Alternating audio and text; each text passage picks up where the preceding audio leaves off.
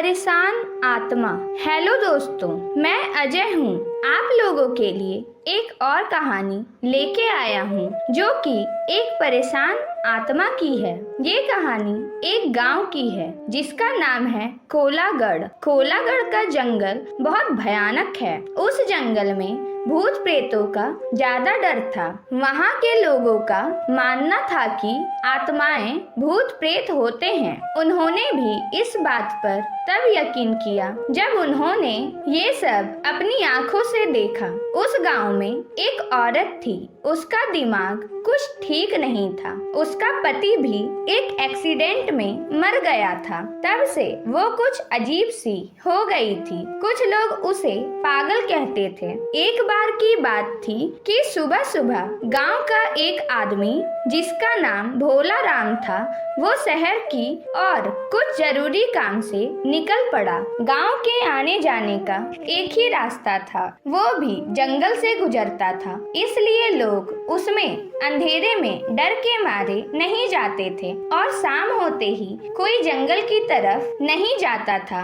भोला राम जब उस जंगल में जा रहा था, गांव से कुछ दूर ही जंगल में उसे एक औरत की लाश पेड़ पर लटकी नजर आई। वो एकदम डर गया और भागता हुआ गांव वापस आया। कुछ लोगों ने उसे इस तरह से भागते देख कहा, क्या हुआ भोला राम, तुम तो अभी शहर के लिए निकले थे और तुम भागते हुए वापस क्यों आ गए? तब भोला राम ने बताया कि मैंने अभी किसी की लाश को पेड़ पर लटकते देखा। वो लाश किसी औरत की है। देखते देखते सारा गांव इकट्ठा हो गया कि क्या हो गया, कहाँ है लाश, चलो चलकर देखते हैं। तब सारा गांव उसे देखने को चल दिया। देखते क्या है कि एक औरत की लाश पेड़ पर लटक रही है। देखते ही गांव वालों ने कहा कि ये तो पागल लग रही है। कुछ लोगों ने कहा इसे नीचे उतारो और इसका दाह संस्कार कर दो। कुछ लोगों ने कहा छोड़ो, इसका है ही कौन जो इसे आग देगा। वैसे भी इससे सारा गांव परेशान हो गया था, चलो इससे तो पीछा छूटा। कुछ बूढ़े लोगों ने कहा कि ऐसा नहीं कहते, शरीर का दाह संस्कार करना जरूरी होता है, नहीं तो उसकी आत्मा भटकती रहती है। तो कुछ लोगों ने कहा कि तो जाकर उतार ले उसे और कर दे दाह संस्कार। बड़े आए सुझाव देने वाले। वैसे भी इस जंगल में आत्माओं की कमी नहीं है और एक और आत्मा सही। चलो धीरे धीरे सारे लोग चलते बने। दोस्तों 8-10 दिन तक वो लाश ऐसे ही पेड़ पर लटकती रही। किसी ने उसे उतारा तक नहीं। एक दिन अचानक उस लाश की रस्सी टूटकर पेड़ों पर अटक गई और पत्तों से छुप गई। समय बीतता गया। एक दिन गांव का हरिया नाम का व्यक्ति उस रास्ते से जा रहा था कि उसे वही पागल सामने दिखाई दी। वो एकदम डर गया। उसका सारा शरीर कांपने लगा और उसके पलक झपकते ही वो गायब हो गई। हरिये ने सोचा कि मैं तो मन में ऐसे ही सोच रहा था और वो आगे चल दिया। तभी एकदम उसकी ओर एक सांड दौड़ते हुए आया और उसे जोर से टक्कर मार के चला गया।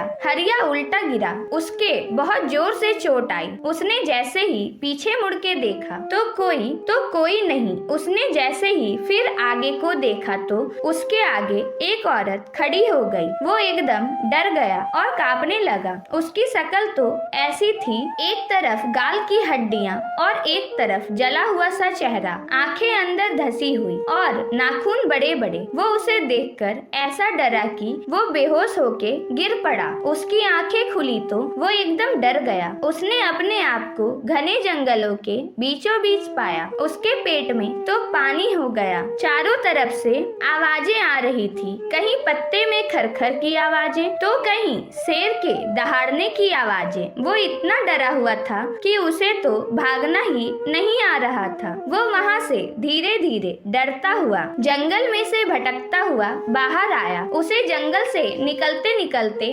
अंधेरा हो गया था। वो अब और डर रहा था कि पहले तो एक भूत था, अब ना जाने कितनों से पाला पड़ेगा। पता नहीं आज मैं यहाँ से जिंदा निकलूंगा कि नहीं। उसके मन में अजीब अजीब से ख्याल आ रहे थे। वो भागता ही चला जा रहा था। भागते भागते वो जाने कैसे उस जंगल से बाहर निकल के आया। उसे इस हालत में देख कुछ लोगों ने उससे पूछा कि इतनी रात को कहाँ से आ रहे हो, तुम्हें डर नहीं लगता क्या? उसने कुछ भी जवाब नहीं दिया। उसे विश्वास नहीं हो रहा था कि मैं गांव में जिंदा आ गया हूँ। उसकी हालत देखकर लोग कह रहे थे कि इस हरिया को क्या हो गया है। वो घर पहुँचा और जाकर ओढ़ कर सो गया। उसकी औरत ने उसे खाना खाने के लिए कहा, पर उसने कुछ जवाब नहीं दिया। उसने रात को एक सपना देखा और उस सपने में उसी परेशान आत्मा को देखा। वो उससे रो रो कर कह रही थी, मुझे बचा लो,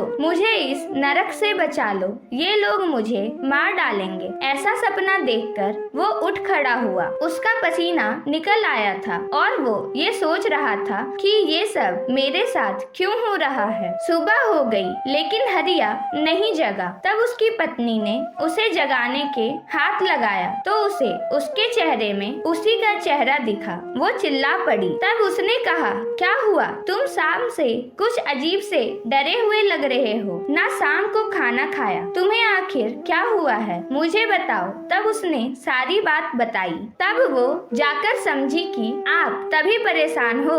धीरे धीरे ये बात सारी गांव में फैल गई। वो पागल औरत भूत बन गई है। तभी कुछ लोगों ने बताया कि रात को यही आवाज कुछ लोगों ने सुनी जो जंगल से आ रही थी। मुझे बचाओ, मुझे इस नरक से निकालो। अब तो सारे लोग परेशान थे कि शहर जाने का रास्ता भी बंद हो गया। अब हम लोग क्या करें? तब कुछ लोगों ने कहा कि हम लोगों को किसी महान आदमी की सलाह लेनी होगी कि ये सब माजरा क्या है। तब किसी एक आदमी ने कहा कि पास के गांव में नत्थीलाल भगत जी रहते हैं। वो आत्माओं के बारे में बहुत कुछ जानते हैं। जब सुखिया के लड़के को एक आत्मा ने पकड़ लिया था तब उन्हीं ने उस आत्मा से उसे छुड़ाया था। तब कुछ लोगों ने कहा यही ठीक रहेगा। सब लोगों ने उस भगत जी को गांव में बुलाया और उन्हें सारी घटना बता दी। भगत जी ने कहा कि तुमने उसके शरीर को ना जलाकर बहुत बड़ी गलती कर दी, चाहे वो कैसी भी थी। इतना बड़ा जंगल होके भी तुम लोगों से 4 लकड़ियों का बंदोबस्त नहीं हो पाया था। इंसान कैसा भी हो, जब वो मर जाता है तो उसका दुश्मन भी उसकी अर्थी को कंधा देने को आ ही जाता है। पर तुमने तो सारी सीमाएं तोड़ दी। चलो अब जो भी हो गया है उससे निपटने के लिए अब तैयारी करो। तब भगत जी ने हवन किया और अपना ध्यान लगा के देखा तो उसे वो आत्मा बंधी हुई नजर आई। तब पंडित जी ने उसे पूछा कि तुम्हें यहाँ किसने बांध रखा है? तब उसने कहा कि मुझे एक दरिंदे ने बांध रखा है। पहले उसने मुझे मार के पेड़ पर लटका दिया था, फिर गांव वालों ने मेरे शरीर का अंतिम संस्कार भी नहीं किया। मेरे शरीर को उसने कहीं छुपा कर रख दिया है। इसने मेरी आत्मा को कैद कर लिया है। जब तक मुझे मुक्ति नहीं मिलेगी इससे, जब तक मेरे शरीर का अंतिम संस्कार नहीं हो जाता। मैंने हरिया को भी ये बात बतानी चाहिए। जब तक मैं उसे कुछ बताती, पर उससे पहले वो वहसी दरिंदे ने उसे चोट पहुंचाकर बेहोश कर दिया था। तब मैंने उसे उससे बचा लिया था। तब पंडित जी सब समझ गए और कहा कि तुम चिंता मत करो, मैं तुम्हें अवश्य मुक्ति दिलाऊंगा। तब भगत जी ने आंखें खोली। तब उन्होंने कहा, चलो मुझे उस पेड़ के पास ले चलो जहाँ वो औरत मरी थी। पंडित जी ने कहा कि जिस तरीके से अंतिम संस्कार करते हैं वो सारा सामान ले चलो। तब गांव वाले सारा सामान लेकर चल दिए। पंडित जी आगे आगे और गांव वाले पीछे पीछे। उन्होंने देखा कि वो पेड़ तो बहुत बड़ा हो गया है, वो बहुत घना हो गया है और लाश का कुछ भी अता पता नहीं है, ना ही उसकी हड्डियाँ, ना ही उसकी हड्डियों का। तब पंडित जी ने कहा कि सारे लोग ऊपर चढ़ के ढूंढो, हमें ये काम शाम होने से पहले पहले करना है। तब सारे लोग उस पेड़ पर चढ़कर उस लाश को ढूंढने लगे। बहुत देर तक वो लाश नहीं मिली। सारे लोग सोचने लगे, लाश गई तो गई कहाँ? ना हड्डियों का पता कहाँ गई, एक भी हड्डी नहीं मिली। तब पंडित जी ने नींबू दे दिया सबको और कहा, जहाँ ये नींबू लाल हो जाए समझना वहीं पर लाश है। 2-3 मिनट बाद एक आदमी ने कहा, ये रही लाश, ये तो हड्डियों का ढांचा है। उसका इतना कहते ही सारे लोग चीखने लगे, भूत भूत। उनके सामने एक भयानक आदमी खड़ा है। उसके ये बड़े बड़े दांत, आंखें लाल लाल, मुंह भेड़ियों जैसा, ये बड़े नाखून। लोग डर के मारे ऊपर से कूद गए। एक को उस भेड़िए ने ऐसा पकड़ के फेंका कि वो सीधा नीचे आके गिरा। हा हा हा चिल्लाने लगा, कोई नहीं ले जाएगा इसे, ये मेरी है, इसे मैंने वर्षों से सजा के रखा है। उसने गुस्से में सारा पेड़ झकझोर दिया। ऐसा होते देख पंडित जी ने मंत्र पढ़ना शुरू किया। पंडित जी को मंत्र पढ़ते देख उसने उन पर हमला बोल दिया। पंडित जी को उठाकर फेंक दिया, पर पंडित जी के मंत्र बंद नहीं हुए। उन्होंने जो मंत्र पढ़ के उसके ऊपर मिट्टी फेंकी, उसके शरीर पर जहाँ जहाँ मिट्टी पड़ी उसका शरीर वहीं से गलता जा रहा था। उसका एक हाथ टूट कर गिरा। वो पंडित जी के ऊपर ऐसा झपटा, पंडित जी उस जगह से हट गए और वो नीचे जा गिरा। पंडित जी ने फिर मंत्र पढ़ के उसके शरीर पर मारा। वो वहीं ढेर हो गया। उसकी आत्मा निकल के एक गांव वाले के अंदर घुस गई। उसने गांव वालों को ही मारना शुरू कर दिया। उसने तो एक का सिर फाड़ दिया और एक का हाथ चबा गया। इतना खतरनाक होता जा रहा था। उधर शाम होती जा रही थी। तब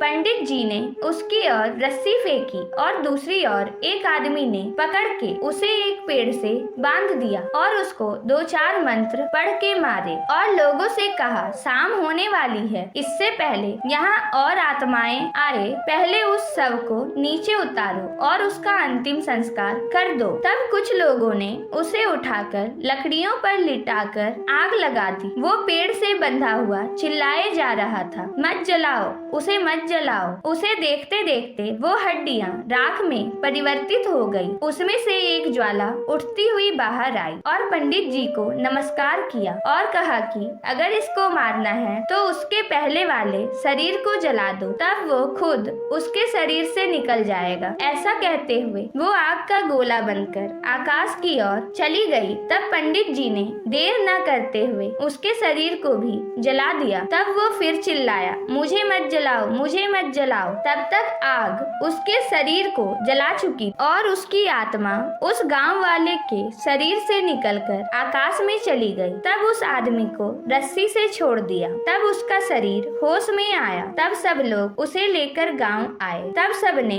भगत जी को राम राम कहा और भगत जी अपने गांव चले गए। तब से उस गांव में वापस शांति आ गई। दोस्तों, ये कहानी कैसी लगी कमेंट करके जरूर बताना। और हाँ, ऐसी ही मजेदार कहानियाँ सुनने के लिए हमारे चैनल को सब्सक्राइब करना मत भूलना। और हाँ, वीडियो को लाइक करके जरूर जाना।